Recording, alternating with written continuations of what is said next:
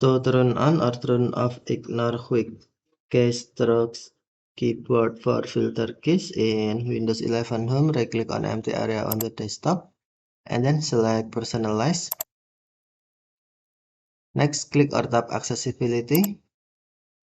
Scroll down the screen and then tap Keyboard. Next, tap Filter Keys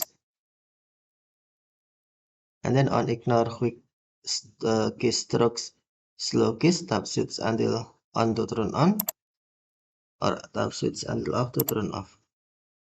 Tap Switch until on or until blue to turn on.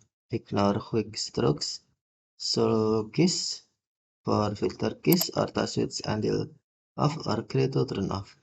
Okay, thank you for watching. Have a nice day.